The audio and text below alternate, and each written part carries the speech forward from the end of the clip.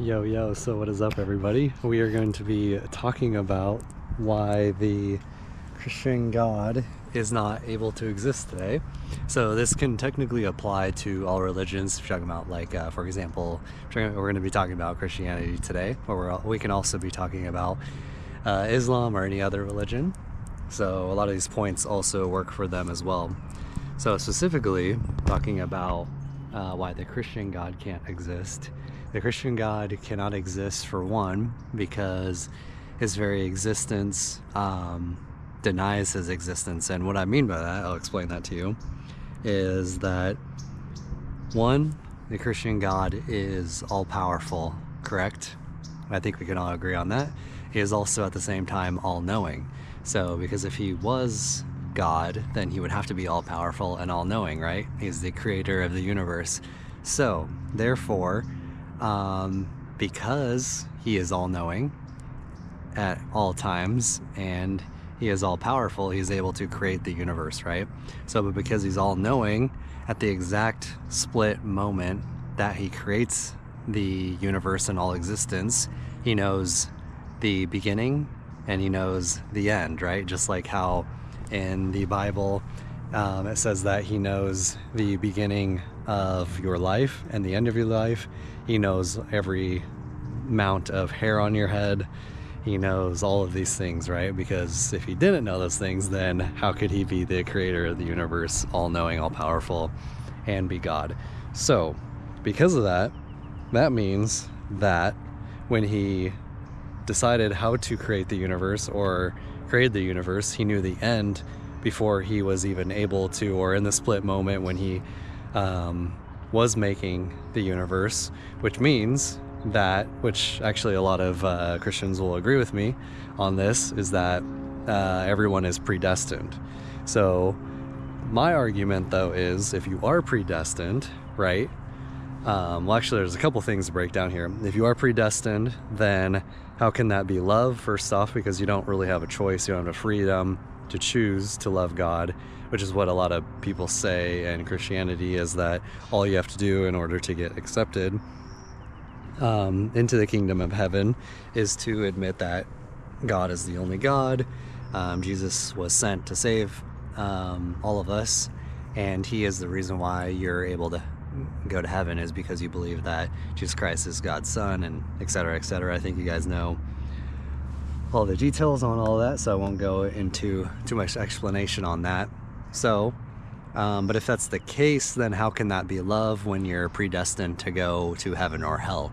Doesn't really seem like love to me. I mean, maybe someone can read a different definition, but love is something that you choose for someone. I mean, you can argue, like, you're talking about chemically, some people just fall in love and that's something that happens naturally.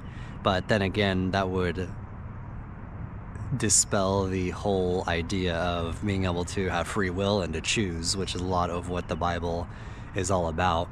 So I think that maybe you could argue that there is a God and things like this for existence, but a lot of what is taught in the Bible and based on Christianity would not, a lot of the things that it teaches would not apply and be valid in this point.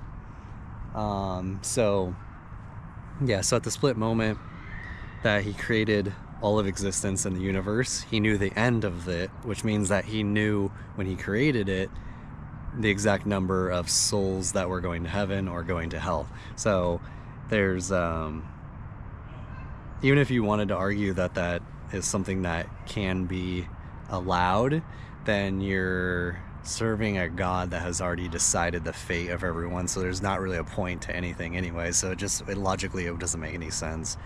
There's another point that I wanted to make on that same topic about being predestined.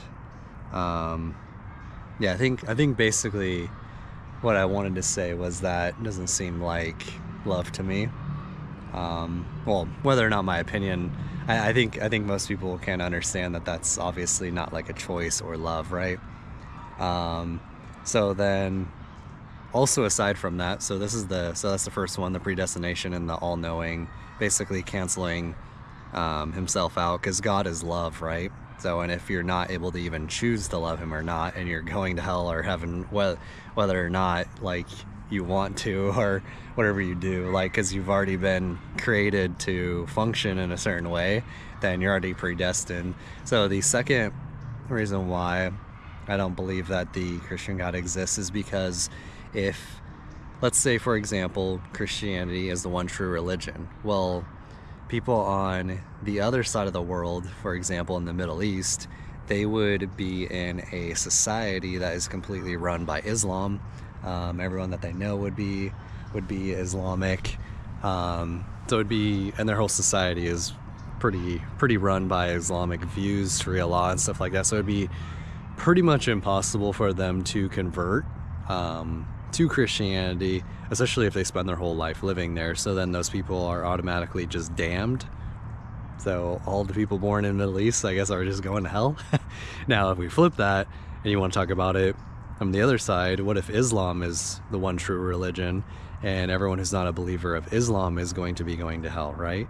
So then that means pretty much everyone in the United States is probably going to hell, because the chances of an American becoming a Muslim is pretty low. I mean, I think it's getting higher now that the West is changing a little bit, but it's not changing as rapidly or as much as it is in Europe, right? So yeah, I think that a lot of people should think about that and just kind of realize that basically where you're born is going to determine whether or not you're going to hell. Seems kind of weird to me. Your geographical location is pretty much a deciding factor for whether or not you're going to heaven or hell. And on top of that, you don't control where you're born.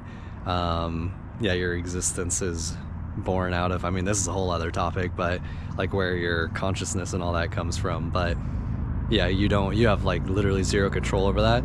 And you would have to move, which I can tell you is pretty difficult to be able to just move and completely go to a whole other country. Not only the whole legal system and the immigration and being able to do all that, but on top of it, leaving all of your family behind. That's actually really difficult. I traveled to Asia for a while, and I miss my family. It's always nice being around, which I think is completely natural. It's comfortable, right? So that's my second point, the geographical location. You're basically screwed whether you're pretty much wherever you're born, right? You're going to be a part of that society and religious group. Typically, the statistics on that are going to be quite high. Like the percent chance of you being Christian if you're born in America is a lot higher than if you're born in Iran or Saudi Arabia, right? And if you're born in those countries, you have a lot higher chance of being Muslim than if you were born in, say, America or, I don't know, Brazil or Philippines or something. So, and my third point, if I can remember correctly, I actually think I forgot the third point was, let me check on my phone. I have some notes on here. I don't know if oh, never mind. I just had the reason why. I just had the actual topic on here. Okay, I think I remember now. I kind of went through my notes a little bit here and found out what it was again. I think there's a couple other points that I have on here too, but I'll probably just mainly go over the three. But the third one is morality, and I guess you could say morality consistency. I don't even know if that's a proper way to put it, but basically morality, I don't even know if that's exactly consistent in the Bible. I'd probably have to go through and analyze a lot more verses and all that.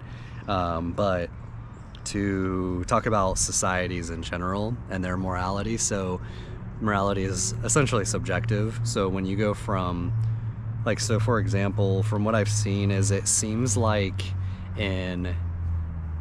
now this might be generalizing, but in Asian cultures, like a white lie or white lies, things like what we would call as a white lie in America, I mean, we would probably just call that a lie. In Asian cultures, they don't see it as much of a problem, so they would say that it's not really a big deal. It just kind of was making the truth sound a little bit embellished, right? So, or the reality of the situation like less embellished.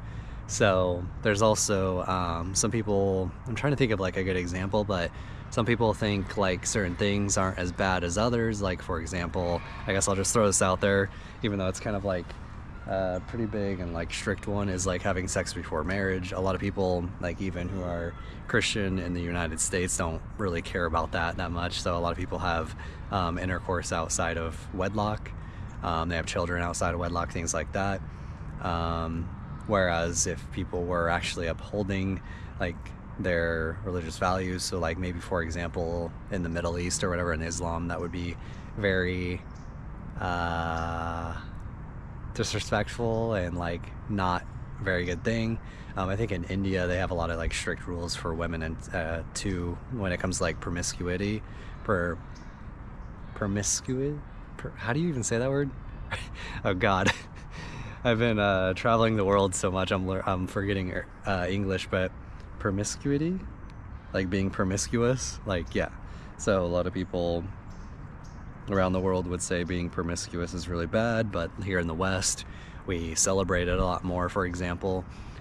So I know that this doesn't necessarily fall under the Christian view exactly, even though I would argue that, yeah, a lot of Christians don't actually follow the rules. So even and then even amongst Christians, the